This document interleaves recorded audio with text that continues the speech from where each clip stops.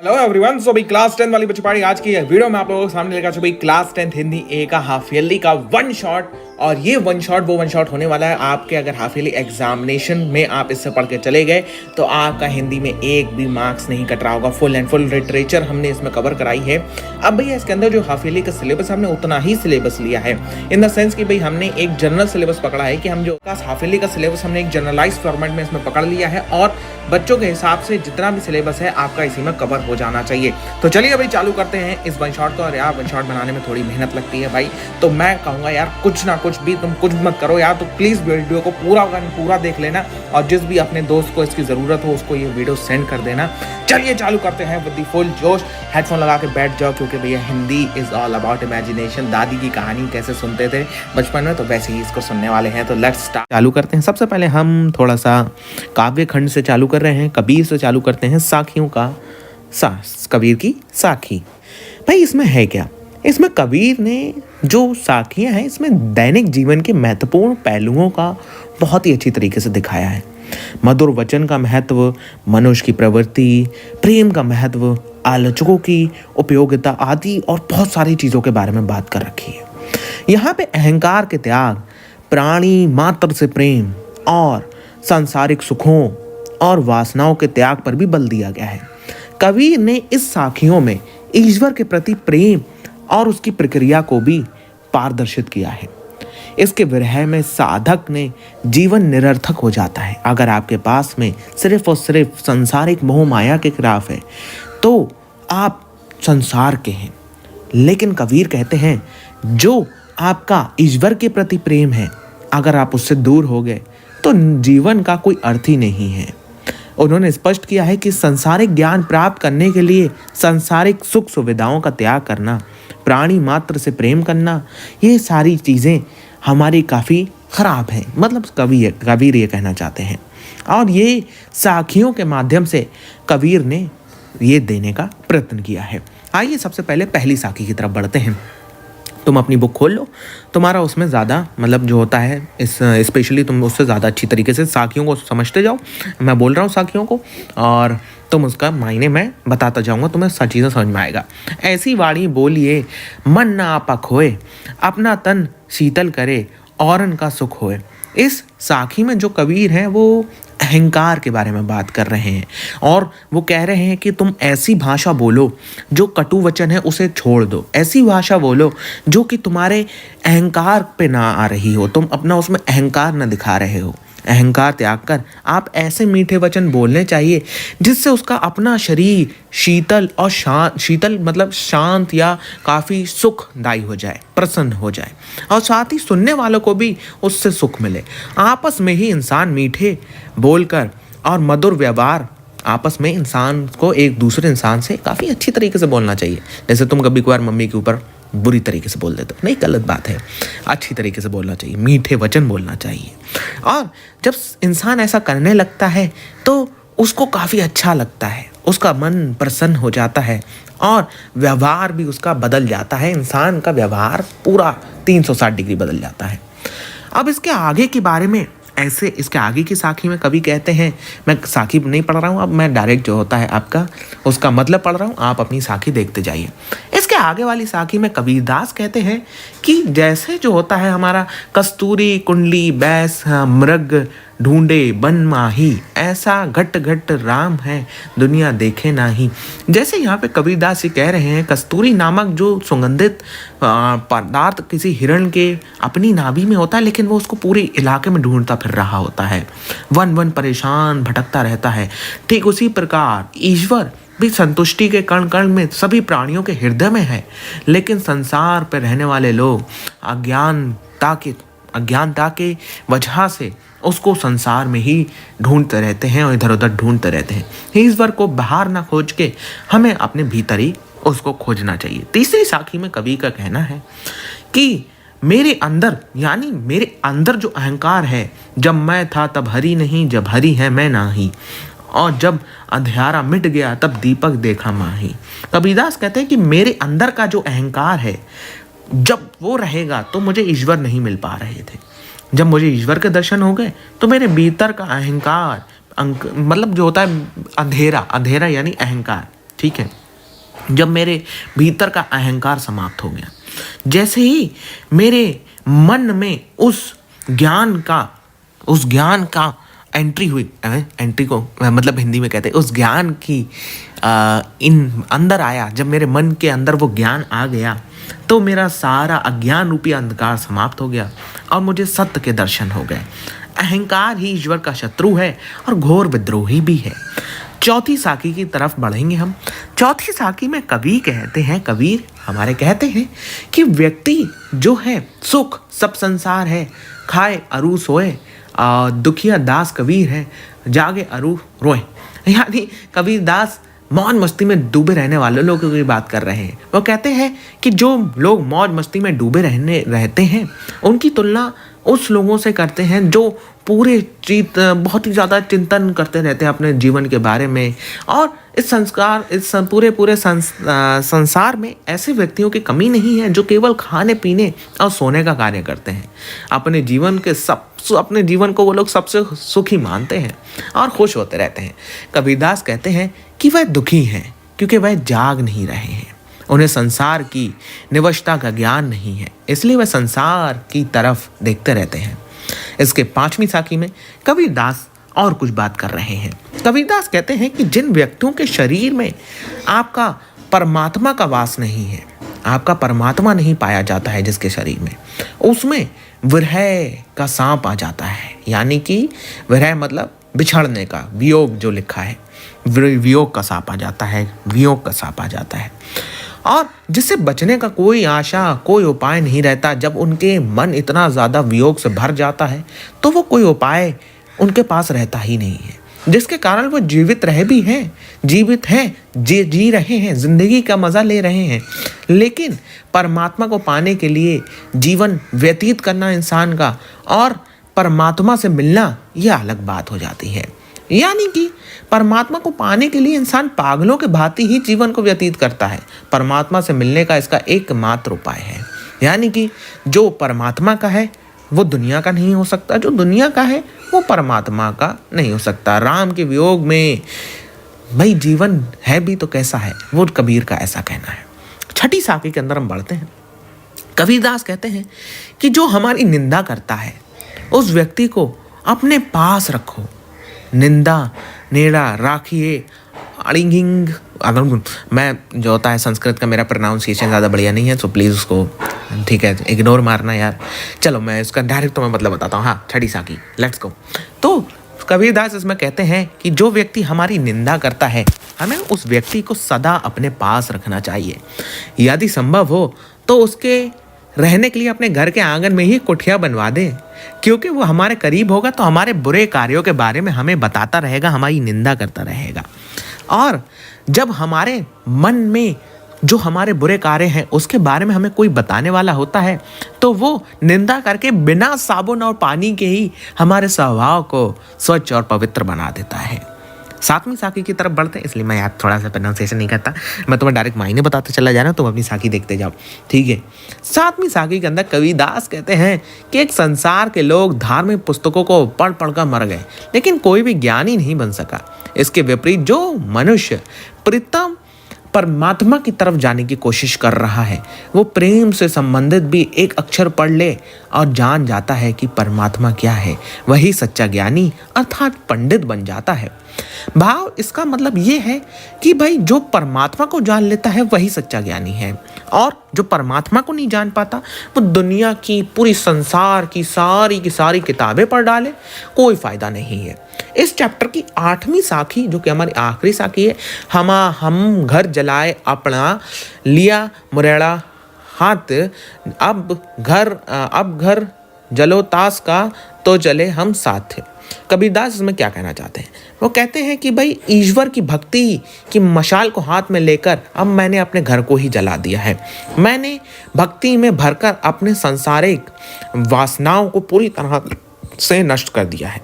अब जो भक्त मेरे साथ भक्ति के मार्ग पर चलने के लिए तैयार हो, मैं उनका सांसारिक वासनाओं का घर भी जला डालूंगा। और उनके हृदय को ईश्वर के प्रति प्रेम की भावना से भर दूंगा। ये ओवरऑल हमारा चैप्टर है कबीरदास का।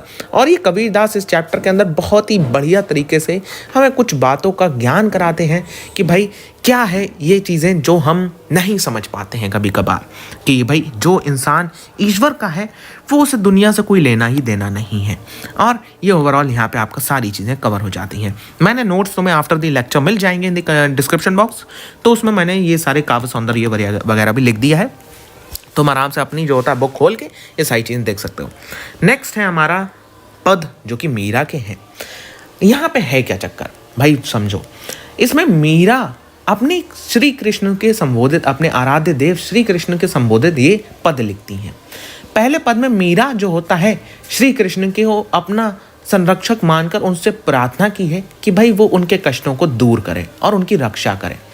दूसरे पद में मीरा श्री कृष्ण के समीप सेविका बनकर रहना चाहती हैं। वो कहती हैं कि आप मुझे सेविका के तौर पे स्वीकार करें। मैं यहाँ पे डायरेक्ट तुम्हें मायने भी बताता जा रहा हूँ पदों के, ठीक है, तो तुम्हें ज़्यादा टेंशन ना हो कि भैया चैप्टर में है क्या। जैसे हमारा ज़्यादा जो होता है हमें डीप डाइव नहीं करना है चैप्टर के अंदर, हमें चैप्टर का भावार्थ समझ में आ जाए, रूपरेखा समझ में आ जाए, वो हमारे लिए बहुत ही इनफ हो जाता है। मैं अब समझाऊंगा, ऐसी बात नहीं है। अब पहले में जो होता है वो ये कहती हैं कि भाई उनसे प्रार्थना कर रही हैं श्री कृष्ण से कि भाई उनको आकर उनके कष्टों को भी दूर करें और उनकी रक्षा भी करें। और दूसरे पद में मीरा क्या कहती हैं? दूसरे पद में मीरा कहती हैं कि श्याम माहे चाकर राखो जी गिरधारी लाल, माहे चाकर राखो जी चाकर रहस्यो बाग, और ये ऐसे करके पद है हमारा। उसमें ये कहती हैं कि भाई श्री कृष्ण मुझे अपनी सेविका बनाकर रख लें और मुझे अपनी दासी बनाकर रख लें। प्रार्थना करते हुए फिर कहती हैं कि भाई गिरधारी लाल माहे चाकर राखो जी, तुम मुझे अपनी यहाँ सेविका के रूप में रख लो। मैं तुम्हारी सेविका के रूप में रहते हुए तुम्हारे लिए बाग बगीचे लगाया करूँगी जिसमें तुम घूम सकोगे, और तुम्हारे यहाँ तुम जब रोज़ घूमने आओगे तो तुम्हारे दर्शन कर लिया करूँगी। वृंदावन के बाग और जो गलियाँ हैं उसमें तुम्हारी लीलाओं का पूरे तुम्हारी लीलाओं का गीत गाया करूँगी। तो ये सारी बातें होती हैं दूसरे पद के अंदर। अब जो सुबह सुबह उठकर वो उनके दर्शन कर सकें, यही वो चाहती हैं। वो दिन रात स्मरण करते हुए उनकी लीलाओं का गुणगान करते हुए उनकी भक्ति में लीन होना चाहती हैं। तीसरे पद में क्या कहती हैं वो? तीसरे पद में मीरा ने कृष्ण के रूप सौंदर्य का वर्णन किया है। वह श्री कृष्ण के दर्शन के लिए इतनी व्याकुल है कि कृष्ण को यमुना नदी के किनारे दर्शन के लिए पुकारती हैं। ये प्रकार मतलब जो होता है मीरा इस प्रकार क्या कहती हैं कि अपने पदों में अपने आराध्य के बारे में उन्होंने लिख रखा है। उनकी मनोरा करती हैं, लाड़ करती हैं, और अवसर आने पर उल्हाना देने से भी नहीं चूकती हैं। उनकी क्षमताओं का भी गुणगान करती हैं, लेकिन उन्हें उनके कर्तव्य भी याद कराने में देरी नहीं करती हैं। यानी कि ओवरऑल यहाँ पे हमें मीरा और श्री कृष्ण के बीच में जो क्या है, जो एक प्रेम संबंध है, प्रेम भाव है, वो हमें यहाँ इन काव्यों में काव्यांश 3 काव्यांश है जिसके अंदर में ओवरऑल देखने को मिल रहा है। तीसरे काव्यांश में उनके रूप सौंदर्य के बारे में मीरा कहती हैं कि तुम बहुत ही अच्छे मतलब जो होता है सुंदर मुकुट है तुम्हारे सिर के ऊपर, मोर पंखों से बना हुआ है, गले में फूलों की वैजंती माला है जिसमें तुम बहुत सुंदर लग रहे हो, मन को मोहित करने वाले मधुर मधुर बांसुरी बजाने वाले श्री कृष्ण वृंदावन में गाया करते हैं, वृंदावन में मेरे श्री कृष्ण का भव्य और ऊंचा महल है। ये सारी बातें वो कह रही होती हैं। तो एक पूरा डिवोशन यहाँ पे इस पूरे पदों में शो कर रही होती हैं। तो यही ओवरऑल चैप्टर है हमारा मीरा और मीरा के पद। तुम उम्मीद करते हैं सुबह समझ में आ गया होगा। आओ आगे बढ़ते हैं नेक्स्ट चैप्टर की तरफ, मनुष्यता, जिसके लेखक हैं मैथिली शरण गुप्त।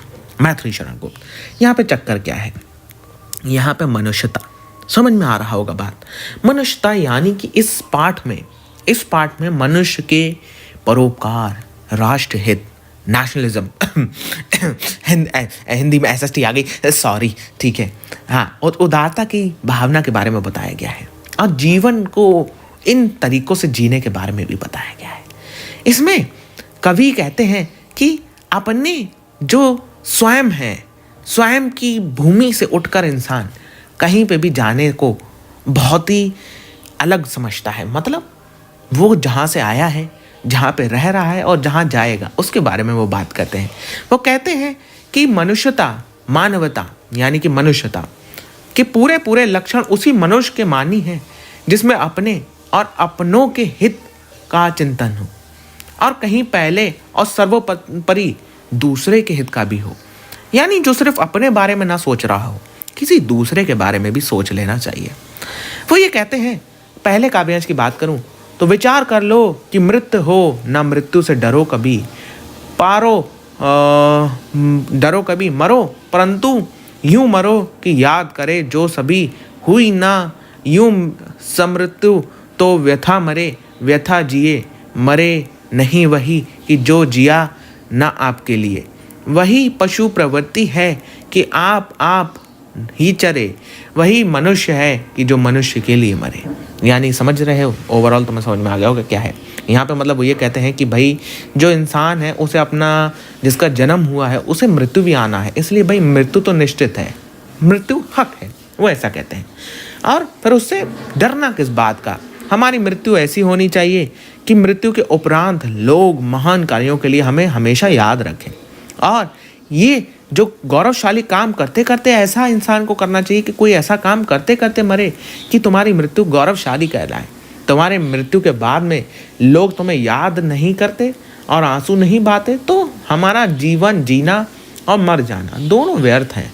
हमारी मृत्यु भी लोग के कल्याण में हिस्सेदार होना चाहिए, हमारा जीवन भी लोगों के कल्याण में काम आना चाहिए। तो वो ऐसा कहते हैं, मनुष्य जब अपने जीवन में मंगलमय कार्य करता है और अपना समय व्यर्थ नहीं करता, दूसरों के लिए लगाता है, तो क्योंकि जैसे अगर हम अपना समय व्यर्थ कर रहे हैं, बेकार कर रहे हैं, तो हम उसी जो जानवर की तरह हैं जो अपने व्यक्तित्व स्वार्थ के लिए जीवन जीता है। और मनुष्य तो वो वैसा जानवर है नहीं, मनुष्य है, जानवर तो है नहीं। तो जो दूसरों के लिए जीवन जीता है और अपने लिए भी इंसान काम करता है, दूसरों के लिए भी काम करता है, तो वो असली जीवन कहला रहा होता है। अब दूसरे काव्यांश में मनुष्यता के मेनली ये कहा गया है कि जो कवि हैं हमारे मैथिली शरण गुप्त, वो ये कहते हैं कि भाई जो सरस्वती के जो इंसान मनुष्य बहुत ही ज़्यादा दूसरों का गुणगान करता है, यानी कि जो संसार में बहुत ज़्यादा अपनी विश्वास रखता है। पृथ्वी भी ऐसे जो होता है इंसानों को ज़्यादा याद नहीं रखती। उसी उधार की कथा सरस्वती बनयाती, उसी उधार से धरी कीर्ति भाव मानती, उसी उधार की सदा सजीव कीर्ति कुंजती, तथा उसी उधार के समेत सृष्टि पूजती। और जो इंसान अपने दूसरे मनुष्य के लिए काम करता है, दूसरे मनुष्य की उदारता करता है, सब उस व्यक्ति का सम्मान करते हैं। कवि का मानना है कि यही भाव है जिससे वैश्विक एकता और अखंडता के बारे में बात हो रही है यहाँ पे। अखंडता को एक नई दिशा मिलती है। वही मनुष्य सच्चे अर्थों में मनुष्य कहलाने के लिए लायक है और अधिकारी भी है, जो मनुष्यता की रक्षा और अपने मनुष्यता की रक्षा में अपने प्राणों का बलिदान दे। मनुष्यता चैप्टर ओवरऑल इससे भरा हुआ है। तीसरे काव्यांश में तुम जाओगे तो मनुष्यता चैप्टर के अंदर, इस पंक्तियों के अंदर तीसरे काव्यांश को तुम पढ़ोगे, रीति देव ने दिया थाल बी तथा जीती तीज ने किया, ये सारी ऐसे करके हैं, जो मनुष्य है कि जो मनुष्य के लिए मरे, यहाँ से। तीसरे काव्यांश में कवि महानवीर दानवीर राजाओं के बारे में बात कर रहे हैं और वो कहते हैं कि परमदानी राजा रीति देव भूख से व्याकुल होते हुए भी उन्होंने क्या करा था, उन्होंने एक ऐसे भूखे व्यक्ति को देखकर अपने भोजन की थाली उसे दे दी थी। और मानवता के लिए देवताओं और दानवों के युद्ध में देवताओं की विजय के लिए योग बल से अपने अस्थित पंजर को भी दान कर दिया। गंधार देश में राजा उरीश नगर ने एक पक्षी के प्राण को बचाने के लिए अपने शरीर का मांस दान कर दिया। कुंती पुत्र दानवीर कर्ण ने अपना वचन की रक्षा के लिए अपने शरीर का अंग, कवच और कुंडल भी दान कर दिए। यह संसार नश्वर कहा जाता है, मतलब खत्म होने वाला है, और मानव शरीर बहुत ही कमज़ोर है, इसलिए भयभीत होने से कोई लाभ नहीं है। जब आत्मा अमर है तो फिर मनुष्य को इस शरीर के नष्ट होने से भय नहीं होना चाहिए। सच्चा मनुष्य वही है जो संपूर्ण मानव जाति के लिए जीता है और मर जाता है। ओवरऑल तुम्हें ये पूरी की पूरी पोयम मनुष्यता इससे भरी मिलेगी। जैसे हम चौथा काव्यांश की बात करें तो मैथिली शरण गुप्त इस पंक्तियों में बहुत ही सहानुभूति और परोपकार की बात करते हैं। सहानुभूति चाहिए, मानवृत्ति है यही, वशीकंता सदैव है बनी हुई स्वयं, ये ऐसे करके वो बात कर रहे हैं। तो यहाँ पे यही कहना चाहते हैं कि वो जो सहानुभूति और परोपकार की भावना है और जो करुणा है वो मनुष्यता का सर्वोत्तम गुण है। कवि ने इस गुण को बहुत ही महाविभूति के नाम से इसको विभूषित किया है। और सहानुभूति एक श्रेष्ठ गुण है। दूसरों के दुख को अपना दुख मानना, उसी के अनुसार आचरण करना, और मनुष्य को हमेशा ये करते रहना चाहिए। पृथ्वी हमेशा ऐसे मनुष्यों की सेवा का सम्मान करती है जो सहानुभूति रखते हैं, दूसरे के दुखों को अपना दुख मानते हैं। महात्मा बुद्ध, तत्कालीन समाज में उनका पूरा समाज विद्रोही था, परंतु उनकी दया भावना, सत्य, अहिंसा, प्रेम ने सबको धूमिल कर दिया, सबको हटा दिया। जो व्यक्ति उनके कट्टर विद्रोही थे वो भी उनकी मानवता के सामने नतमस्तक हो जाते थे और बौद्ध धर्म अपनाते थे। कवि के अनुसार वही मनुष्य गुणों का प्रतिनिधित्व कर सकता है और प्रतिनिधि बन सकता है जो परोपकारी हो, दूसरे के हितों को काम करे, दूसरे के हितों के लिए काम करे। और बुद्ध जैसा महान और परोपकारी जो इंसान बन सकता है, सच्चा मनुष्य वही है जो अन्य मनुष्यों के लिए काम करता है और वही सबके लिए जीता और मरता है। अगले काव्यांश में कवि ने जो होता है अहंकारी ना होने की प्रेरणा दी है कि कोई इंसान है वो अहंकारी ना हो, धन के लिए, अपने कामों के लिए। तो इसलिए अहंकार बहुत बुरी चीज़ है। अब उन्होंने कहा है कि भाई हमें इसे कभी नहीं भूलना चाहिए कि कोई चीज़ हमारे पास में है उसके लिए हमें कभी घमंड नहीं करना चाहिए। धन के बल पर, सांसारिक दृष्टि के, हमेशा इंसान को अपने मन के बारे में सोचना चाहिए कि तुम जो हो वो तुम्हारे पास जो है वो एक क्षण भरे का है। जो तुम्हारे जो परिवार है, ये तुम्हारा सब कुछ है, जो तुम्हारी रक्षा कर लेंगे। सोच कर देखो, इस संसार में कोई अनाथ नहीं है, सबके ही सिर पर भगवान का साया है। वह ईश्वर दोनों का है, गरीबों का भी है और दयालु है। उसकी शक्ति बहुत अधिक है, वो सबको सुरक्षा और सहारा देता है। जो भी मनुष्य अपने मन की अधीरता रखता है वो बहुत अभागा है। सच्चा मनुष्य तो वही है जो दूसरे मनुष्यों का काम करता है और उनके लिए जीता और मरता है। अब अगले 6, 7, 8 जो काव्यांश है तुम्हारे, इसमें ओवरऑल यही सारी की सारी बातें करी गई हैं। जैसे जो छठा काव्यांश है, इसमें जो आपका कहा गया है कि दूसरों के लिए दयालु और परोपकारी बनो, वही जो हमारा आपका 5वें काव्यांश में कहा गया था। और जो 7वां है, इसमें कहा गया है कि भाई जो इंसान है वो विवेकशील होना चाहिए। उन्होंने कहा है कि भाई विवेक यही है कि इस संसार के सभी मनुष्यों को अपना बंधु समझो। पुराणों के अनुसार उन्होंने कहा है कि सभी मनुष्यों का एक ही पिता है, वही परमात्मा है। ये ठीक है कि भाई लोग अलग अलग काम कर रहे हैं और उनका फल भी उन्हें आपस में ही अलग अलग मिलेगा। अर्थात जैसे कर्म किए हैं वैसा ही उसका भाई जो होता है बदला मिलेगा, और वैसे ही जन्म लिया है। परंतु हमें ये देखने को मिलता है कि भाई वेद इस एकता का साक्षी है। जो संसार में सबसे बड़ा पाप है जो कोई व्यक्ति एक दूसरे का दुख ना समझे। सच्चा मनुष्य वही है जो जीता और मरता मनुष्यों के लिए है। 8वें काव्यांश में भी यही बातें देखने को मिलती हैं। तो वही मनुष्यता चैप्टर मैथिली शरण गुप्त जिसके लेखक हैं वो हमारा खत्म होता हुआ। Let's move to the next. मैंने यहाँ काव्यांश नहीं लिखा यार, मैं खाली चैप्टर पढ़ते हुए चला गया यार। तो कोई नहीं, ये तुम्हें नोट्स मिल जाएंगे, डोंट वरी। तुम्हें चैप्टर समझ में आना चाहिए भाई। पर्वत प्रदेश में प्रवास, सुमित्रानंदन पंत। ओहो सुमित्रानंदन पंत। इस कविता में क्या कहा गया है? वर्षा ऋतु के बारे में। सबसे पहली बात तो ये कविता बारिश, अभी तो सर बारिश कहाँ हो रही है। हाँ मतलब तुम बारिश होते में भी देख रहे हो तो कोई बात नहीं ठीक है। हाँ तो वर्षा ऋतु के बारे में बात करी गई है जिसमें जो प्रकृति है वो क्षण क्षण में अपना रूप बदल देती है, और कवि ऐसे ही अपनी एक अनुभूति को कविता के रूप में अभिव्यक्त करते हुए तालाब और झरनों के सुंदर ढंग से चित्रण करा गया है। कवि ने पहाड़ों के बारे में कहा है, पहाड़ों में उनको मानवीकरण का रूप देकर और उनकी चोटियों पर खड़े विशाल वृक्षों का वर्णन करते हुए उन्होंने पूरी बातें करी हैं। चलो आओ देखते हैं पहले काव्यांश में। प्रवास ऋतु थी पर्वत प्रदेश, पल पल परिवर्तित प्रकृति वेश। मेघ लगाकर पर्वत अपार, अपने सहस्र दृग सुमन पहाड़। अवलोक रहा है बार बार, नीचे जल में निज महार। जिसके चरणों में पला ताल, दर्पण सा है फैला है विशाल। सुमित्रा नंदन पंत यहाँ पे पर्वतीय क्षेत्र का वर्णन करते हैं और वो वहाँ उस समय गए हैं जब वर्षा ऋतु है, मतलब बारिश का मौसम है। और पर्वतीय क्षेत्र है तो भाई जाहिर सी बात है बारिश हो रही है, तो बारिश में जो पर्वत होते हैं वो अपना रूप बहुत तेजी से बदल रहे होते हैं। मतलब वहाँ पे एकदम से हरियाली वगैरह दिखाई दे रही होती है।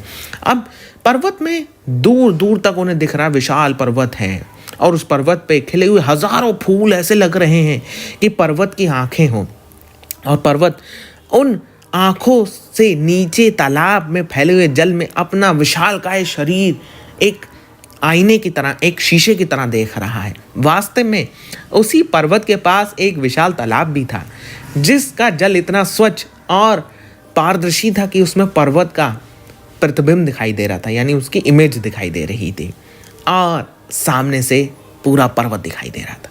काव्यांश दूसरे पे आओ, उसमें क्या कवि कहते हैं कि भाई झरनों की आवाज़ झरझर आ रही है और ऐसा सुनकर लगता है इस आवाज़ को कि मानो पूरे पहाड़ गुणगान कर रहे हों।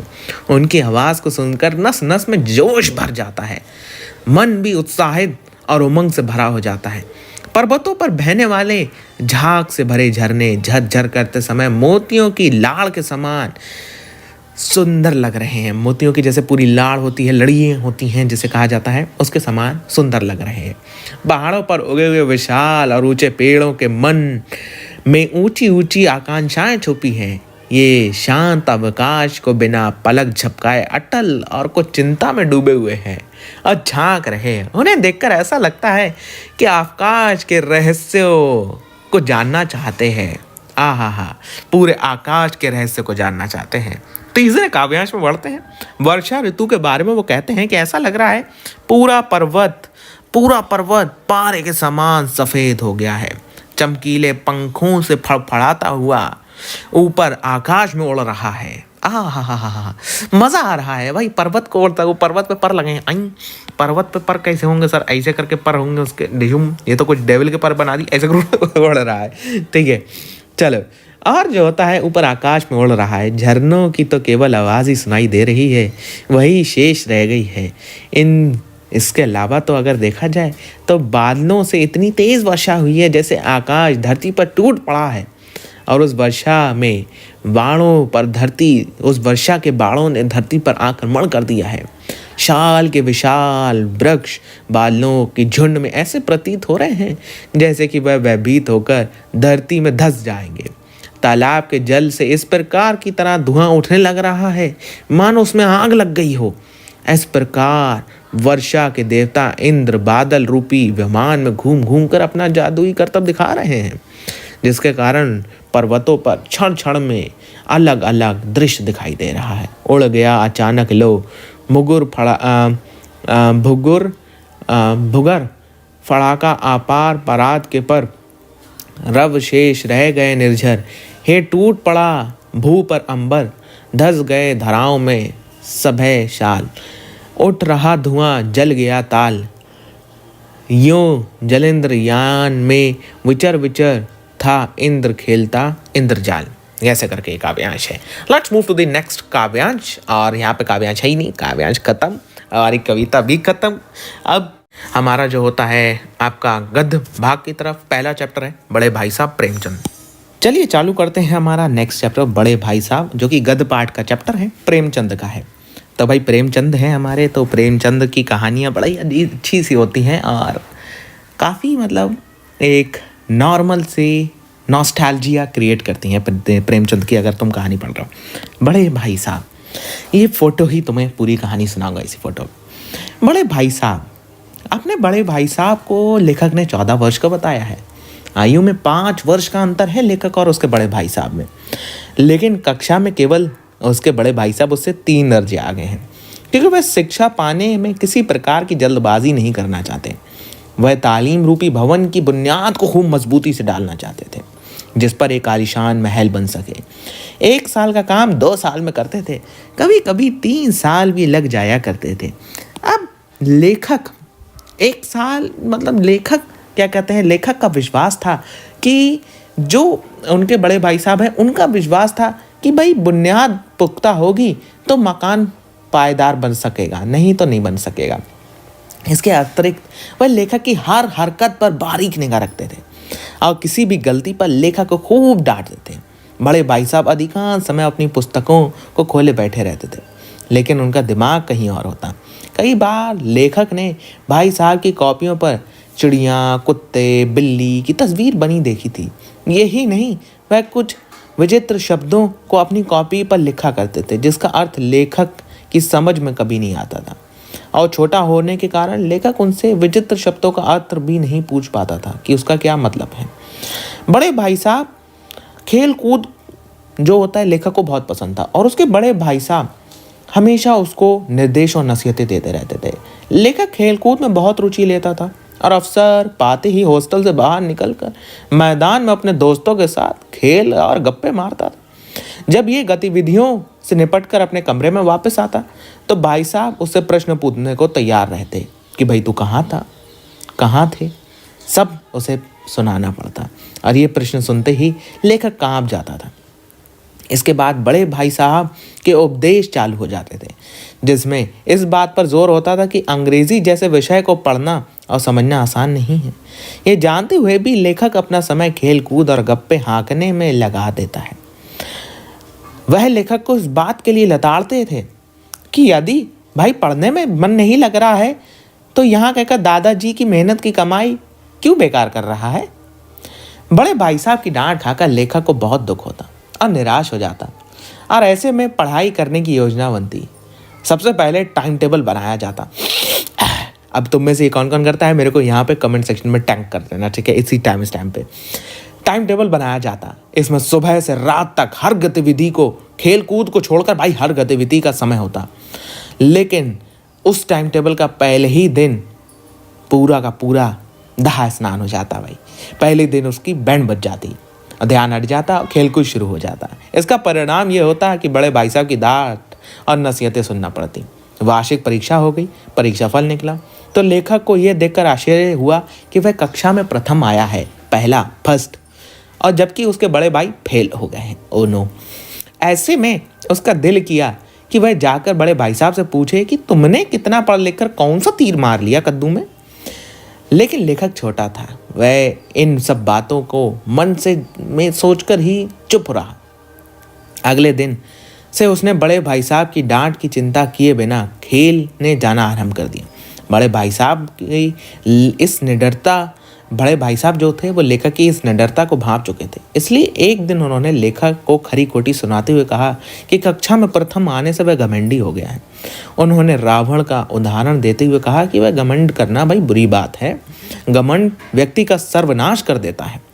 उन्होंने लेखक को घमंड करने पर बहुत ज़्यादा लताड़ा और पढ़ाई पर ध्यान देने के लिए कहा।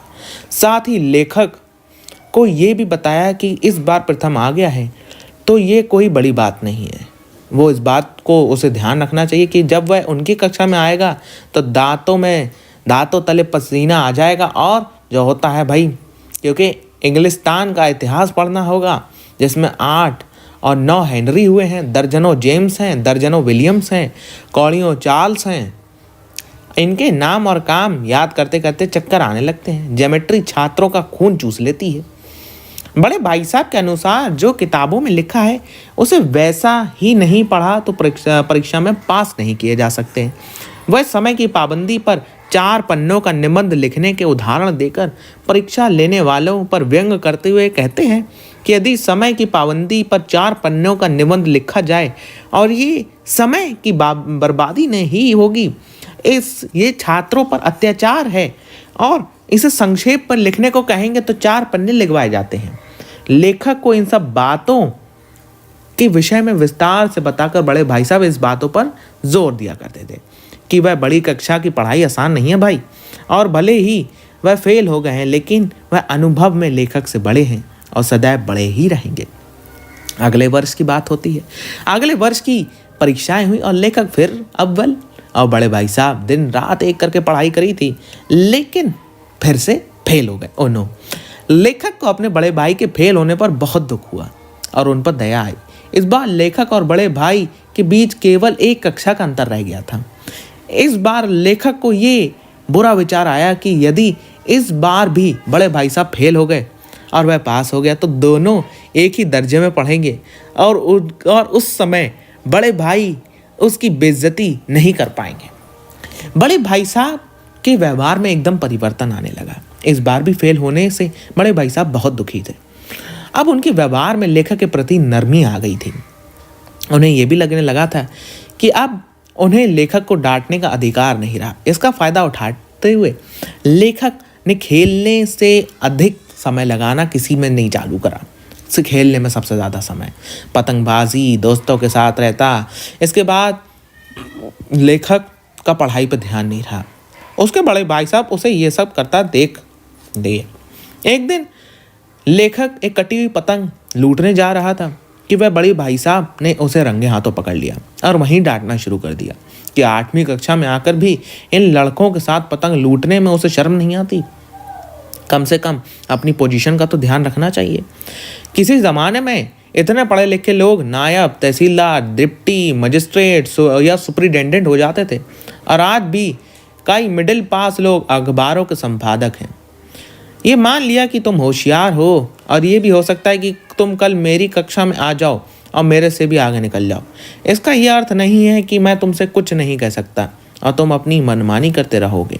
बड़े भाई साहब ने लेखक को अनुभव का महत्व बताते हुए कहा कि हमारे दादा और अम्मा अधिक पढ़े लिखे नहीं हैं, लेकिन यही उनका हक है कि वो हमें समझाए।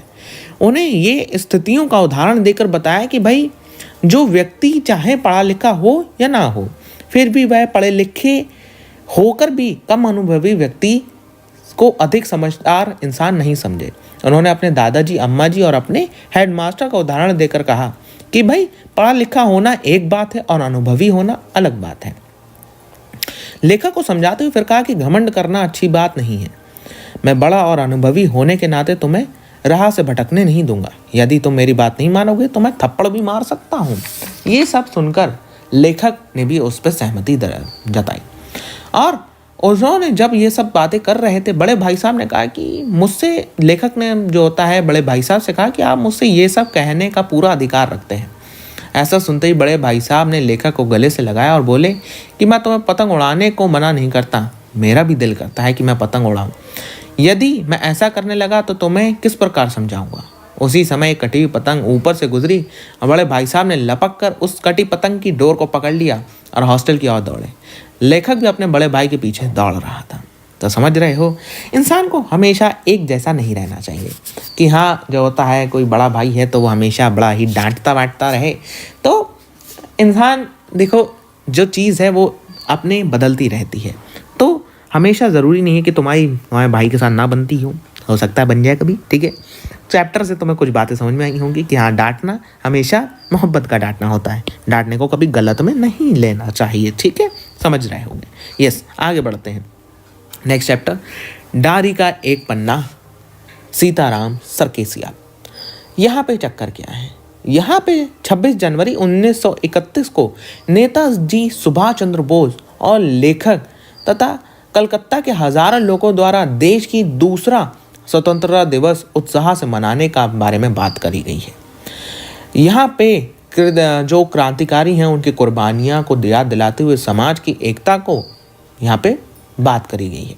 कलकत्ता में 26 जनवरी 1931 संपूर्ण भारत में स्वतंत्रता दिवस मनाया जा रहा है और आज इसी की पुनरावृत्ति हो रही है। कलकत्ता में इस विशेष महत्व था कि लोगों को बता दिया गया था कि इसका संपूर्ण प्रबंध उन्हें ही करना है। इसे इतना भव्य रूप में मनाया जा रहा था कि केवल प्रचार में ही 2000 रुपये खर्च किए गए थे। भाई 2000 रुपये आज की नहीं बात हो रही है, 2000 रुपये 1931, आज के वो 2000 नहीं, वो 20 लाख रुपए भी नहीं होंगे। ठीक है, बड़ा बाजार स्थित सभी मकानों पर राष्ट्रीय ध्वज फहरा रहा था। और कई मकान तो ऐसे थे जिन्हें देखकर लग रहा था कि जैसे देश को स्वतंत्रता प्राप्त हो गई है। उधर पुलिस ने भी पूरा प्रबंध किया था। शहर के प्रत्येक मोड़ पर गोरखों और सार्जेंट तैनात किए गए थे। ट्रैफिक पुलिस को भी घुड़सवार पुलिस के साथ इसी काम में लगा दिया गया था। मॉन्यूमेंट पर होने वाला के संघर्ष के बारे में आगे बात हो रही है। मुख्य सभा शाम के समय मॉन्यूमेंट के नीचे होना प्रस्तावित थी। इस स्थान को सुबह से ही पुलिस ने घेर लिया था। इसके बाद भी कई स्थानों पर राष्ट्रीय ध्वज फहराया गया और श्रीनदा पार्क में जब बंगाल प्रांत के विद्यार्थी संघ की मंत्री अविनाश बाबू ने झंडा फहराया तो उन्हें पकड़ लिया गया। दूसरे लोगों के साथ मारपीट की और वहां से हटा दिया गया। इसी प्रकार तारा सुंदरी पार्क स्थित बड़ा बाजार कांग्रेस कमेटी के युद्ध मंत्री हरीश चंद्र सिंह झंडा फहराने गए तो उन्हें भीतर ही नहीं जाने दिया गया और वहां पे भी काफ़ी मारपीट हुई, जिसमें 2-4 आदमियों के सिर भी फट गए। उधर गुजराती सेविका संघ और उसके संघ की ओर से जुलूस जब निकला, जिसमें शामिल होने वाली लड़कियों को पुलिस द्वारा गिरफ्तार कर लिया गया। 11 बजे मारवाड़ी बालिका विद्यालय की लड़कियों ने अपना विद्यालय में झंडा फहराया। उन्हें उत्सव का महत्व समझाया गया था। इस बीच फोटो आदि भी खींचे जा रहे थे। दोपहर 2 बजे कई आदमियों को पकड़ लिया गया, जिसमें मुख्य रूप में पूर्णदास और पुरुषोत्तम राय आदि थे। पुरुषदास और पर सुभाष बाबू का जुलूस का बाहर था। यानी ये लोगों का नाम है, तुम ऐसा ना समझो ये क्या चल रहा है। पुरुषदास और जो होता है पुरुषोत्तम राय, तो इन पे सुभाष बाबू के जुलूस का बाहर था। स्त्री समाज जगह जगह अपना जुलूस निकालने की कोशिश में लगा हुआ था। 1 बजे से ही मैदान में हजारों लोगों की भीड़ टोलियों में आने लगी। कानून भंग का काम शुरू होने के बाद से आज तक इस मैदान में ऐसी सभा नहीं हुई है। पुलिस कमिश्नर का नोटिस निकल चुका है कि हाँ भाई जो होता है कि सभा नहीं की जा सकती, और लोग ऐसा करने वाले थे। जब पुलिस इंस्पेक्टर द्वारा नोटिस दिए जा चुके थे, यदि सभा में भाग लिया तो दोषी माने जाएंगे। इसके बावजूद काउंसिल की ओर से निकले नोटिस में 4:24 पर झंडा फहराए जाने और स्वतंत्रता की प्रतीक्षा पढ़ी जाने पर बात की गई थी। ठीक 4:10 सुभाष बाबू जुलूस लेकर आए तो उन्हें चौरंगी पर ही रोक दिया गया। भीड़ इतनी अधिक थी कि पुलिस उन्हें रोक नहीं पाई। जैसे ही जुलूस मैदान की मोड़ पर पहुंचा, पुलिस ने लाठियां चलाना शुरू कर दी, जिसमें बहुत से आदमी घायल हुए। सुभाष बाबू जोर जोर से वंदे मातरम बोल रहे थे, उन पर लाठियां पड़ी। ज्योतिमय गांगुली ने सुभाष बाबू से दूसरी ओर आने को कहा, किंतु सुभाष बाबू आगे बढ़ने पर जोर दिया। पुलिस ने भयानक लाठियों से बहुत ही बुरी तरीके से मारा और बहुत सारे लोगों का सिर भी फट गया। स्त्रियों के मूवमेंट में अगर बात की जाए तो सीढ़ियों पर चढ़कर झंडा फहराने की घोषणा की गई थी। अब यहाँ पे लाठियां खाकर भी किसी का उत्साह कम नहीं हो रहा था। इस बीच सुभाष बाबू को पकड़कर लॉकअप भेज दिया गया था। स्त्रियों का जुलूस भी निकला और पुलिस का लाठीचार्ज भी हुआ, जिसमें अनेक लोग घायल हुए।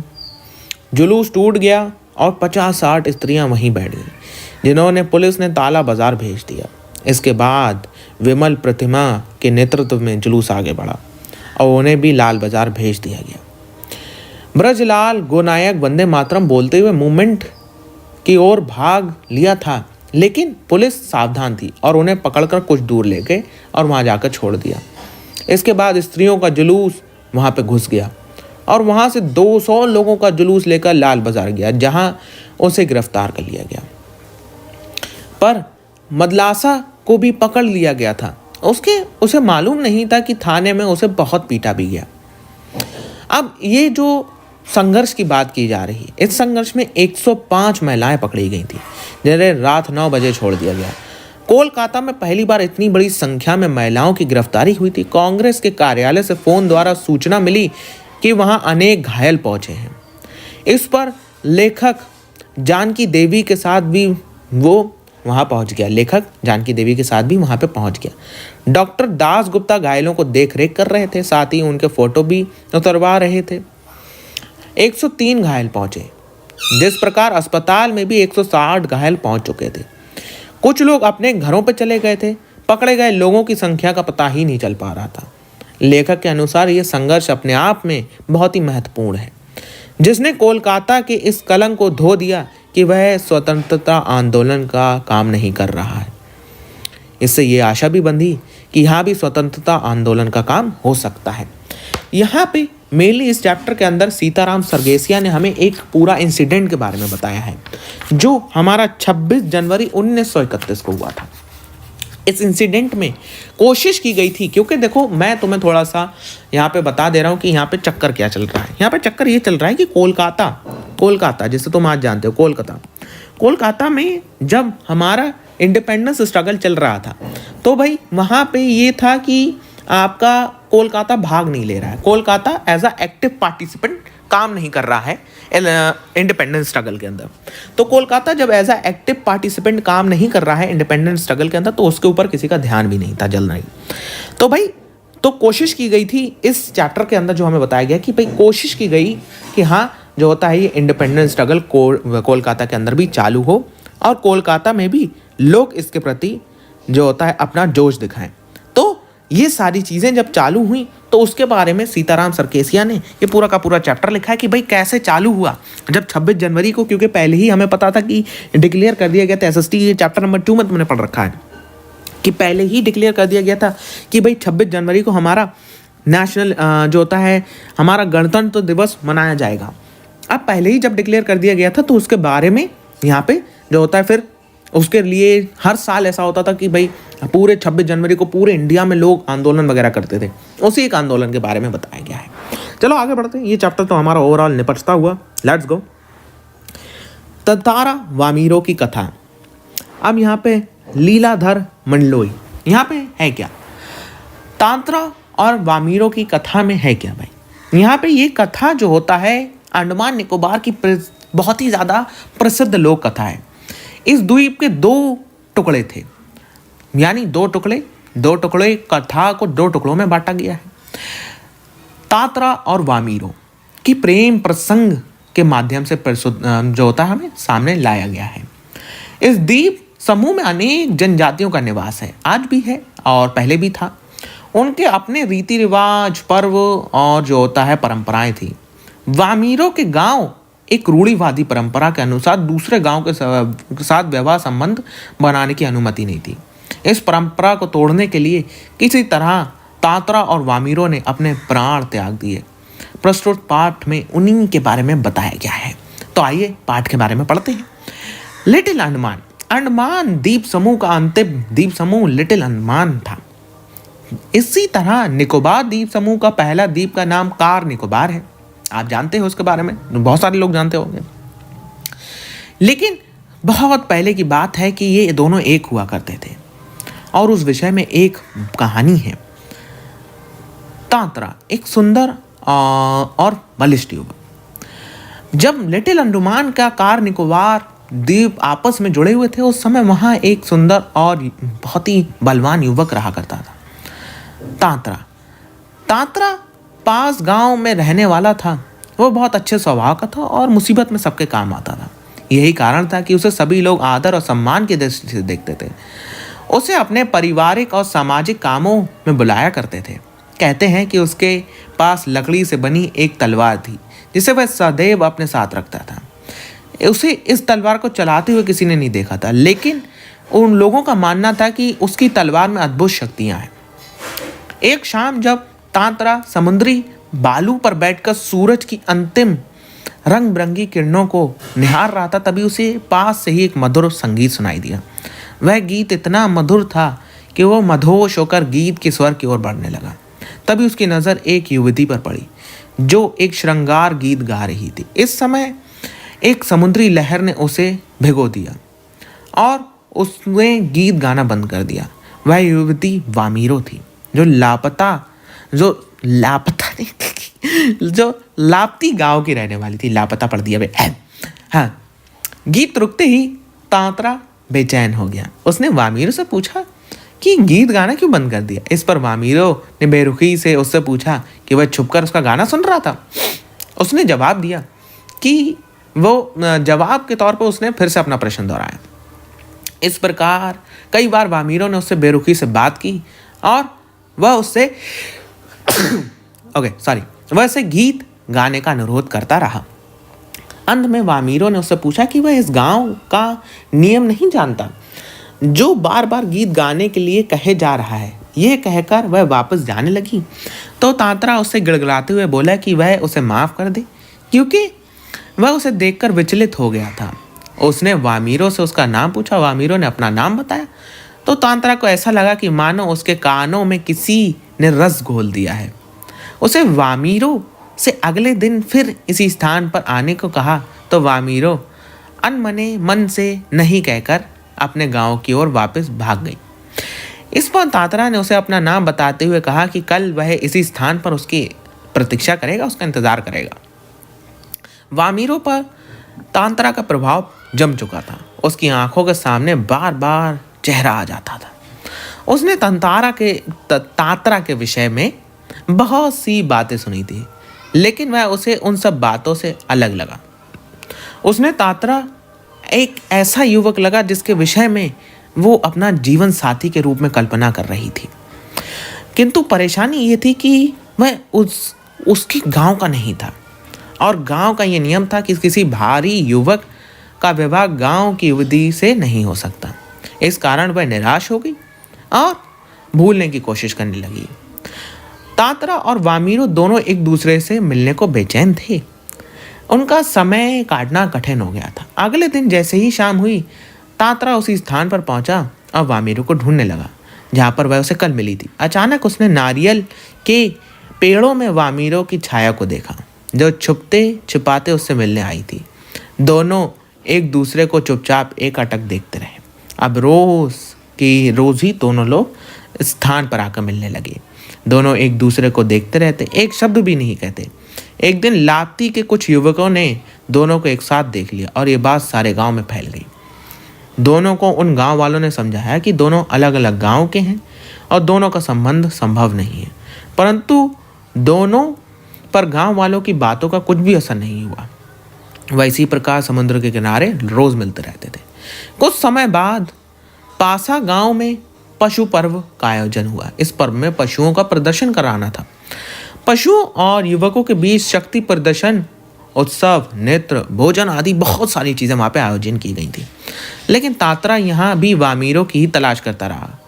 अचानक उसे ऐसा लगा कि उसे नारियल के झुरमुट से देख रहा है, कोई उसे नारियल के झुरमुट से देख रहा है। यह वामीरो थी। अब तांत्रा की ओर देखकर जोर से रो पड़ी और धीरे धीरे उसका रोने का स्वर ऊंचा होता रहा। उसके रोने की आवाज़ सुनकर वामीरो की माँ वहां आ गई और उसने तांत्रा को बहुत अपमान किया। तांत्रा से ये सहन नहीं हुआ और उसने क्रोध में आकर अपनी लकड़ी की तलवार निकाली और उसे पूरी शक्ति के साथ धरती में गाड़ दिया। इसके बाद वह उसे खींचते हुए दूर तक चला गया। तलवार को जमीन पर गाड़े हुए वह द्वीप के अंतिम छोर तक पहुंच गया। जहां तक तांत्रा की तलवार धरती में लगी थी वहां से धरती दो भाग हो गए। अब तांत्रा एक ओर खड़ा था और वामीरो दूसरी ओर। यह दृश्य देखकर वह चिल्ला पड़ी। अब तक धरती में दरार पड़ चुकी थी और तांत्रा जिस भाग पर खड़ा था वह भाग अब धरती में धंसने लगा था। अचानक उसे होश आया और उसने छलांग लगाकर दूसरे सिरे को पकड़ने की कोशिश करी, लेकिन उसकी यह कोशिश सफल नहीं हुई और वो समुद्र की ओर फिसलने लगा। उस समय उसके मुंह से एक ही शब्द निकल रहा था, वामीरो। इस तरह वामीरो भी उसका नाम पुकार रही थी। तांत्रा लहूलुहान होकर अचेत हो गया। वह कटे हुए द्वीप के अंतिम भूखंड पर पड़ा हुआ था जो अब भी दूसरे भाग से जुड़ा हुआ था। तांत्रा बहता हुआ कहाँ गया और उसका क्या हुआ ये कोई नहीं जानता। दूसरी ओर वामीरो तांत्रा के वियोग सहन नहीं कर पाई और असमर्थ हो चुकी थी। वह रोज उसी स्थान पर जाती और तांत्रा को ढूंढती। उसने खाना पीना छोड़ दिया और अपने परिवार से अलग हो गई। लोगों ने उसे ढूंढने की कोशिश करी लेकिन वह असफल रहे। आज दोनों ही नहीं हैं, लेकिन उनकी प्रेम कथा घर घर में सुनाई जाती है।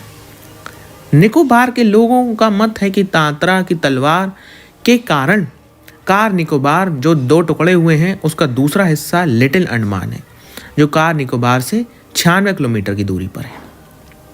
तात्रा वामीरों के बलिदान के पश्चात निकोबार दूसरे गांव में भी वैवाहिक संबंध बनने लगे। वैवाह संबंधों में आने वाले इस परिवर्तन का जो मेन हमारा पॉसिबिलिटी जो हुई वो इसी बलिदान की वजह से हुई। तो ये चैप्टर है आपका तात्रा और वामीरों की कथा। मैंने अगर कहीं पे जो होता है तात्रा का प्रोनाउंसिएशन गलत कर दिया हो तो आई एम रियली सॉरी, क्योंकि मुझे हमेशा इसके प्रोनाउंसिएशन में दिक्कत होती है भाई। कोई नहीं, आगे बढ़ते हैं। काका हरिहर काका उसी गांव में रहते थे जिसमें लेखक रहते थे। हरिहर काका के 4 भाई हैं, उन्हें छोड़कर सभी का परिवार है। हरिहर काका के 2 विवाह हुए, लेकिन उनकी दोनों पत्नियां लंबे समय तक उनका साथ नहीं दे पाई और दोनों की मृत्यु हो गई। हरिहर काका निसंतान रह गए। अब वे अपने भाइयों के साथ रहते थे। उनके परिवार में 60 बांध खेती और योग्य ज़मीन थी। यदि इसे विभाजित किया जाए तो हरिहर काका के हिस्से में 15 बीघे, और उनकी कोई संतान ना होने के कारण उनके भाइयों की दृष्टि उनके ज़मीन पर थी। हरिहर काका लेखक पड़ोसी थे। लेखक का हरिहर काका से बहुत घनिष्ठ संबंध था। हरिहर काका ने उन्हें बहुत ही आत्मीयता के साथ प्यार दिया था, विशेष रूप से जब लेखक बहुत छोटे थे। इसका एक कारण ये भी है कि हरिहर काका की अपनी कोई संतान नहीं थी और वह अपना सारा प्यार लेखक पर न्यौछावर कर देते थे। यही नहीं, वह अपने मन की अधिकांश बातें लेखक के साथ बांटा करते थे। कुछ समय से हरिहर काका ने अपनी परेशानियों और निजी बातों को लेखक के साथ भी बताना कम कर दिया। इससे लेखक की चिंता बढ़ गई, बहुत ही चिंतित हो गया कि पहले तो ये मेरे को बता दिया करते थे, अब क्यों नहीं बता रहे। बट वही ये ऐसा कोई कार्य करना चाहता था जिससे हरिहर काका पहले की तरह उससे सभी अपनी निजी बातों का साझा करें। लेखक को यह बात पता चली कि हरिहर काका का परिवार तथा धार्मिक समुदाय के लोग उन्हें बहुत दुखी कर रहे हैं, जिससे वह परेशान रहने लगे हैं। उसी परेशानी के अंत उनके मौन रूप में हुआ है। अब ये किसी से कोई बात नहीं करते थे, चुपचाप बैठे रहते थे। अब इसके अलावा के बारे में बात करें तो गांव में जो ठाकुरबाड़ी लोगों के बीच बहुत ही लोकप्रिय थी। ये एक पूजा स्थल था। इसकी स्थापना के विषय में ठीक जानकारी किसी को नहीं थी। हाँ, इतना अवश्य पता था कि एक संत आकर यहाँ रहने लगे थे। लोगों ने मिलकर चंदा कर एक जो होता है मंदिर का निर्माण करवाया था, जो बाद में बढ़ता चला गया। ठाकुरवाड़ी का गांव वालों के लिए इतना महत्व था कि जब कोई ग्रामीण नया कार्य आरंभ करने के लिए सोचता था तो ठाकुरवाड़ी में आकर जो होता है मन्नत मानता, क्योंकि ठाकुरवाड़ी पर सबको बहुत विश्वास था। और ठाकुरवाड़ी का संचालन एक धार्मिक समिति द्वारा किया जाता था। इसके पास बहुत ज़मीन जायदाद थी। यहाँ अधिकांश समय ईश्वर का भजन कीर्तन चलता रहता था। जब कभी गांव में कोई बड़ी आपदा आती तो लोग ठाकुरबाड़ी के द्वार पे सभी के लिए खोल दिए जाते थे। लेखक की राय ठाकुरबाड़ी के विषय में बहुत अच्छी नहीं थी। वो सोचता था कि उसके विचार में ये साधु संत कुछ करते धरते नहीं है। हाँ, ठाकुर जी को भोग लगाने के नाम पर अच्छा भोजन करते हैं। इसके अतिरिक्त वो लोगों को अपनी बातों से मूर्ख बनाते हैं, जिसमें लोग फंस जाते हैं। शुरू में हरिहर काका का जीवन शांतिपूर्ण चलता रहा। कुछ सालों के पश्चात की बात हुई। उनके परिवार के सदस्य उनसे दूरी बनाने लगे। मान सम्मान में कमी आ गई। उनके घर में बचा हुआ भोजन उन्हें खाने को दिया जाता था। यदि वो बीमार हो जाते तो उनकी सेवा करने के लिए कोई नहीं आता था। यहाँ तक कि उस समय उन्हें पानी भी पीने के भी लाले पड़ जाते थे। बीमारी में वह स्वयं ही उठकर अपनी ज़रूरतों को पूरा करते। ऐसे में उन्हें अपनी दोनों पत्नियों की बहुत याद आती। अचानक उनके जीवन में एक ऐसी घटना हुई जिससे उनके जो परिवार के हरिहर काका का उनके परिवार के प्रति जो मोह था, जो प्रेम था, वो समाप्त हो गया। एक बार उनके भतीजे ने एक मित्र शहर से गांव आया और उसकी खूब खातिर की गई और उसके लिए स्वादिष्ट भोजन बनाए गए, लेकिन हरिहर काका को सूखा भोजन ही दिया गया। हरिहर काका इस घटना से इतना दुखी हो गए कि उन्होंने भोजन की थाली को पटक दिया और घर छोड़कर निकल गए। अब उन्हें परिवार से कोई मोह नहीं था। अन्य ग्रामीणों की तरह हरिहर काका भी समय मिलने पर ठाकुरबाड़ी जाया करते थे। ठाकुरबाड़ी के महंत इस बात को जानते थे कि हरिहर काका की अपनी कोई संतान नहीं है। जब महंत को हरिहर काका के गुस्से के बारे में विषय में पता चला तो हरिहर काका को ठाकुरबाड़ी में ले आए महंत ने उन्हें समझाया कि मोह माया की फेर में ना पड़कर अपने हिस्से की जमीन ठाकुर बाड़ी के नाम लिख देना चाहिए। इससे उन्हें परलोक की प्राप्ति होगी और ये भौतिक जगत भी सही रहेगा। इस बीच हरिहर काका की खूब खातिरदारी की जाती और उन्हें तरह तरह के भोजन परोसे जाते।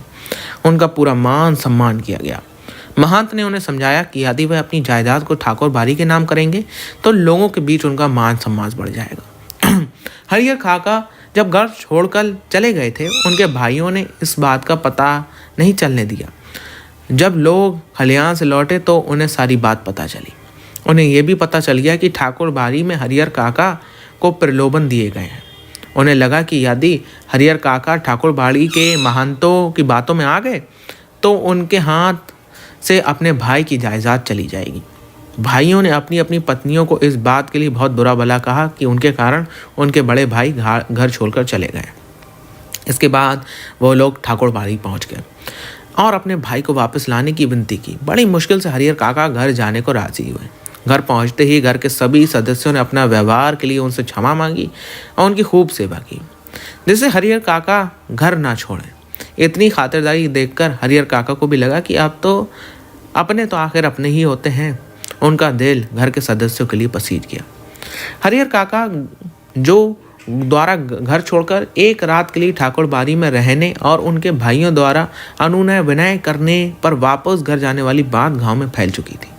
इस बीच लोगों ने तरह तरह की बातें भी शुरू कर दी थी, जैसे हरिहर काका को अपनी सारी जायदाद ठाकुर बाड़ी के नाम लिख देनी चाहिए, इससे उनका नाम अमर हो जाएगा। कुछ लोगों की राय इससे अलग थी। वो सोचते थे कि हरिहर काका को अपने हिस्से की जायदाद अपने भाइयों के ही नाम कर देनी चाहिए। एक दिन हरिहर काका अपने मन की उलझन लेखक को बताई। लेखक को लगा कि हरिहर काका उलझन के कारण सही निर्णय नहीं ले पा रहे। बहुत सोच विचार के बाद फैसला हुआ कि हरिहर काका को अपने जीवित रहते हुए किसी को भी अपना जायदाद का स्वामी नहीं बनाना चाहिए, क्योंकि पूर्व में जिन्होंने भी ऐसा किया है उनका जीवन नर्क के समान हो गया है। इस बीच एक दिन ठाकुर बाड़ी के महंत हरिहर काका का अपहरण कर लिया, जिससे उनके हिस्से की जायदाद को ठाकुर बाड़ी के नाम लिखवाया जा सके। महंत और उनके आदमियों ने काका के अंगूठे के निशान ले लिए ताकि उनकी सारी जायदाद ठाकुर बाड़ी के नाम हो जाए। हरिहर काका अब तक महंत का बहुत सम्मान करते थे, लेकिन इस हरकत को देखकर महंत से घृणा हो गई। इस बीच हरिहर काका के भाइयों ने पुलिस का प्रबंध किया और महंत की कैद से अपने भाई को छुड़वा लिया।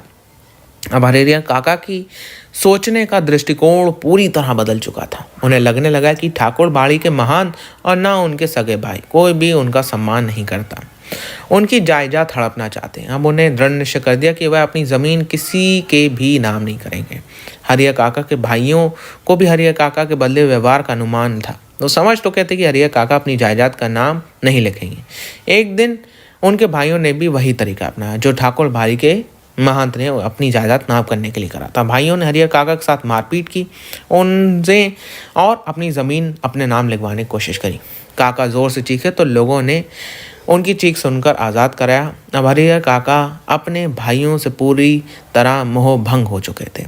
उन्होंने पुलिस सुरक्षा दे दी गई थी और वो अपने परिवार से अलग होकर रहने लगे थे। अब पूरे गांव में हरिहर काका की ही चर्चा थी।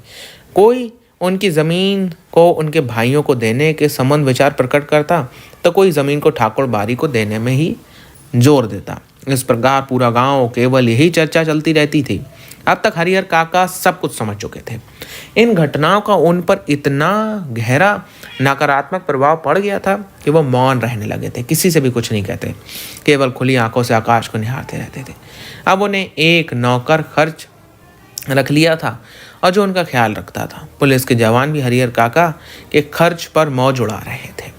तो ये ओवरऑल कहानी है हरिहर काका। भाई देखो, यहाँ पे ये बात होती है कि दुनिया अपनी है, दुनिया मतलबी है। तो अपने भी कभी कभार ऐसा होता है कि दुनिया में साथ छोड़ जाते हैं। ओनली एंड ओनली जो तुम्हारा साथ हमेशा देंगे वो हैं तुम्हारे पेरेंट्स। तुम्हारे पेरेंट्स वो वाहिद लोग हैं जो तुम्हारे साथ हमेशा खड़े रहेंगे।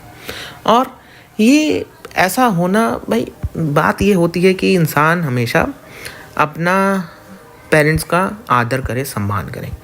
ये बात समझो भाई कि हाँ, जो दूसरे हैं वो दूसरे ही हैं, अपने तुम्हारे अपने ही रहेंगे। नेक्स्ट चैप्टर की तरफ बढ़ते हैं, सपनों के से दिन। इसके लेखक हैं गुरुदयाल सिंह। ये चैप्टर कुछ ज़्यादा रेलेवेंस रखता नहीं है। देखो मैं सीधी बात बताता हूँ, ज़्यादा रेलेवेंस नहीं रखता है। मैं इसका थोड़ा सा आउटर लेयरिंग बता देता हूँ और जो होता है फिर हम इसको आगे बढ़ेंगे, क्योंकि ये चैप्टर से ज़्यादा क्वेश्चंस हम प्रीवियस ईयर में देख रहे हैं कि ज़्यादा क्वेश्चंस इस चैप्टर से पूछे नहीं गए हैं। तो यहाँ पे ये सिंपल सी बात है कि यहाँ पे जो पंजाबी लेखक हैं गुरुदयाल सिंह, उनकी आत्मकथा का अंश है। इसमें लेखक अपने बचपन के उन दिनों के बारे में बात करते जब खेलते खेलते चोट लगती थी, उन्हें हाथ पैर छिल जाते थे। तब चोट लगने के बावजूद घर जाकर माता पिता और बहनों की डांट खानी पड़ती थी। कुछ क्षण बाद फिर से वही खेल मन में गुदगुदाने लगता था। लेखक अपने स्कूली जीवन के बारे में बात कर रहे हैं। उन्होंने स्कूल के वातावरण और जो होता है बाकी सारी चीज़ों की भी बात करी है। बच्चों के खेलने के बारे में, बाल्यकाल के बारे में और जो होता है छुट्टियों के बारे में, जो गर्मियों की छुट्टियां होती थी, दूध दही माखन खिलाती और बहुत प्यार करती उन्हीं की माँ। नैनिहाल नहीं जा पाते तब घर से थोड़ी दूर तालाब पे जाया करते थे, वहाँ पे खेलते कूदते। और जो होता है जब अवकाश समाप्त होते तो भाई मास्टर दी द्वारा दिया गया भैया होमवर्क सारी मस्ती में मादा डाल देता था। फिर वो छुट्टियों का होमवर्क करते और पिटाई से अधिक जो होता सस्ता सौदा समझते होमवर्क कभी कभी किया करते थे। अब विद्यालय के बारे में वो बात करते हुए कहते हैं कि उनका विद्यालय काफ़ी छोटा सा था, जिसमें 9 कमरे थे और जो होता हेडमास्टर मनमोहन शर्मा का कमरा था। मदमोहन शर्मा तो मदमोहन शर्मा का कमरा था। स्कूल की प्रार्थना का समय सब बाहर आते और अनुशासन से खड़े हो जाते और फिर एक एक करके जो होता है भाई गर्मी के लिए दो तो आगे याद यार, ठीक है, गर्मी की वजह से लोग गिरा करते थे, ठीक है। कभी कभी स्थिति ऐसी होती कि भाई जो होता है एक लोग गिर जाया करते थे। अब हेडमास्टर साहब के बारे में बात करी गई है कि हर वर्ष किसी न किसी लड़के की पुस्तक दिलवा दिया करते थे और उन्हें नई किताबें बहुत ही कमी जो होता है कीमत में मिल जाया करती थी। अब दूसरे विश्व युद्ध के समय का टाइम था 1923। अब जो होता है क्या कहते हैं, अब इसमें बात करी जाए तो इससे ज़्यादा कुछ नहीं है भाई कि हाँ जो होता है सपनों के से दिन, भाई मतलब बचपन की बात हो रही है। तुम ये चैप्टर ये नोट से पढ़ सकते हो, बहुत ही छोटा सा है, 2 पेजों के अंदर हमने ये चैप्टर को ओवरऑल निपटा दिया है। लास्ट चैप्टर टोपी शुक्ला इंपॉर्टेंट है, चलो इसके पढ़ते हैं ज़रा टोपी शुक्ला के बारे में क्या है। राही मासूम रजा का चैप्टर है। यहाँ पे इफ़न और टोपी में घनिष्ठ मित्रता थी। इफ़न जो होता है, इफ़न और टोपी 2 लोगों की बात हो रही है। इनकी पहली मुलाकात तब हुई थी जब टोपी 4th कक्षा का छात्र था। टोपी के जीवन की ये पहली मित्रता थी। टोपी आए दिन इफ़न के घर जाता था और टोपी को इफ़न की दादी से गहरा लगाव हो गया था। वह उनके पास बैठकर उनकी कहानियाँ सुना करता था। इफ़न के पिता की बात करी जाए तो इफ़न के पिता सैयद मुर्तज़ा हुसैन भी हिंदुओं का छुआ नहीं खाते थे, परंतु वह मरे तो उन्होंने ये वसीयत की थी कि उनकी लाश को करबला ले जाया जाए। इफ़न की परदादी भी हिंदुओं का छुआ नहीं खाया करती थी।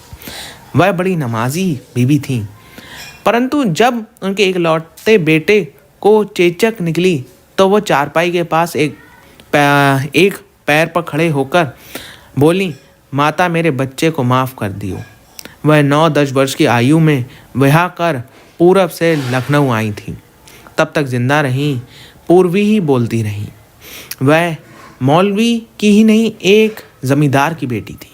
दूध घी और दही खाने की शौकीन थी, परंतु लखनऊ में इन चीज़ों का अभाव था। जब वह मरी तो उन्हें बनारस के फातिमैन में दफन कर दिया गया। इफ़न को अपनी दादी से बहुत प्यार था। जब वह पूर्वी बोली में कहानियाँ सुनाती तो इफ़न और टोपी खुश हो जाते। टोपी को इफ़न की दादी अपनी माँ की तरह दिखाई देती, जबकि टोपी अपनी दादी से प्यार नहीं करता था। अब जो होता है यहाँ पे बुरुक नारायण शुक्ला के घर भी जो आधुनिकता का वातावरण दिखाई देता था। एक बार की बात है, परिवार के सभी लोग मेज़ कुर्सी पर बैठकर भोजन कर रहे थे कि अचानक टोपी बोला, अम्मी ज़रा बैगन का भरता। अम्मी शब्द सुनकर सभी खाते खाते रुक गए। तभी टोपी की दादी सुभद्रा देवी बोली, अम्मी शब्द कहाँ से सीखा? टोपी ने जवाब दिया, हमने इफ़न से सीखा है ये शब्द। अब तभी टोपी की माँ राम दुलारी बोल पड़ी, तो कानो मियाँ के लड़के से दोस्ती कर ली है तुमने।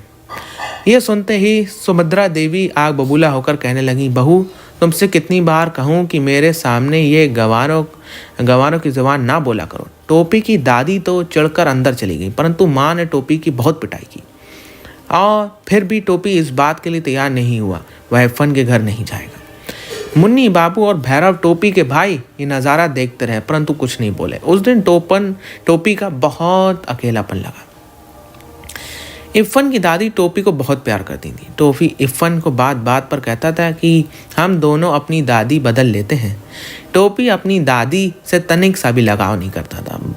जब इरफान की दादी का निधन हुआ तो उस दिन वह दोनों बहुत रोए थे। खासकर टोपी अपने जीवन इरफान की दादी के बिना अकेला लगने लगा था और वह बेचैन सा रहने लगा था। इरफान की दादी की मौत की खबर से वह बहुत उदास हो गया था। शाम को इरफान के घर गया तो पहले से ज़्यादा लोग एकत्रित थे, परंतु सन्नाटा उससे भी कई अधिक। एक दादी के ना होने से टोपी का घर बिल्कुल अकेला सा हो गया था। टोपी ने एक बार फिर इरफान से कहा कि कितना अच्छा होता तेरी दादी की जगह मेरी दादी मर गई होती। टोपी को ऐसा लगता था कि उसके घर वाले प्यार नहीं करते और उसके अधूरेपन को भरने के लिए इरफान की दादी सहारा लगती थी। उसके देहांत के बाद उसका जीवन सन्नाटे से भर गया था। टोपी के जीवन का अधूरापन तब और बढ़ गया जब इरफान का परिवार मुरादाबाद चला गया। 10 अक्टूबर 1945 के दिन टोपी के जीवन में अत्यंत महत्वपूर्ण था, क्योंकि उस दिन उसने प्रण लिया था कि अब वह ऐसे लड़के से दोस्ती नहीं करेगा जिसके पिता के तबादले वाली नौकरी हो। इरफान के पिताजी तबादले के बाद टोपी ने ऐसी प्रतिज्ञा ली थी, टोपी को कुत्ते से कटवाना। इरफान के पिताजी के तबादले के बाद के पश्चात कलेक्टर साहब आ गए और उसी कोली में रहने लगे। उनके 3 बेटे थे, डब्बू, नीलू और गुड्डू। उनमें से तीनों से ही टोपी की दोस्ती नहीं हो पाई। कोठी के माली और चपरासी टोपी को अच्छी तरह पहचानते थे, इसलिए टोपी ने एक बार हिम्मत करके कोठी में प्रवेश किया, परंतु किसी बात पर टोपी की उनसे कहासुनी हो गई। उन्होंने टोपी के पीछे कुत्ता दौड़ा दिया। कुत्ते के काटने पर टोपी को अपने पेट पर 7 सुइयां लगवानी पड़ी। तब से उसने कोठी की तरफ रुख भी नहीं किया था। टोपी के इस अकेलेपन को परिवार के लोग नहीं समझते थे, परंतु घर की नौकरानी सीता बखूबी महसूस करती थी। टोपी अब घर हो गए हो या बाहर हमेशा उदास रहने लगा। वह सभी से दूरी बढ़ाने लगा, परंतु उसकी नौकरानी उन्हें टोपी को नौकरानी भली लगती थी। वह टोपी का दुख समझती थी। टोपी उसे बूढ़ी नौकरानी के आंचल की छांव में अपने सभी दुख तो दर्द भूलने का प्रयास करता। सर्दी के दिन थे। मुन्नी बाबू और भैरव के लिए कोट का नया कपड़ा आया और टोपी को मुन्नी बाबू का कोट मिल गया। देखने में स्थिति अच्छी थी, परंतु था तो पुराना। टोपी को वही कोट उसी समय नौकरानी के बेटे को दे दिया। ये देखकर दादी को गुस्सा आया और उन्होंने कहा कि अब तू जा जाड़ा खा। इस बात पर टोपी अपनी दादी से उलझ गया। दादी ने आसमान सिर पर उठा लिया। जिस दंड में टोपी को भी मिला, माँ ने दादी की बहस करने पर खूब पिटाई करी। टोपी 2 साल लगातार फेल हो गया। पिछली कक्षा वाले बच्चों के साथ बैठना आसान काम नहीं होता। उस पर अध्यापकों की बेरुखी। कक्षा में भी कोई अध्यापक उसे नोटिस नहीं करता था। अगर कभी ध्यान देता भी तो तब जब किसी की टिप्पणी के माध्यम से उसे शर्मसार करना होता है। 2 साल लगातार पढ़ते पढ़ते टोपी की किताबें भी उबने लगी थी। एक बार अब्दुल वहीद ने ऐसी तारीखी बात बोल दी कि टोपी ने इस वर्ष पास होने की कसम खा ली। और हुआ ये भी। पिता के चुनाव में खड़े होने के कारण टोपी को पढ़ने के लिए पर्याप्त समय तो नहीं मिला, परंतु वह पास हो गया। तो ये था टोपी शुक्ला कि भाई घर वाले लोगों को भी अपने बच्चों का ध्यान रखना चाहिए, कि जो घर के लोग होते हैं वो बच्चों का ध्यान नहीं रखते हैं तो बच्चे अकेला हो जाते हैं। बच्चों को भी समझना चाहिए, तुम जिस दौर से गुजर रहे हो बच्चे, तो समझो कि घर वाले जो तुम्हारे माँ बाप हैं, जो तुम्हारी दादी दादा हैं, समझ रहे हैं नहीं समझ रहे हैं, तुम्हें उस दौर से गुजर जाना है। मेन बात यही है। घर वालों के लिए मैं यही कहना चाहूँगा।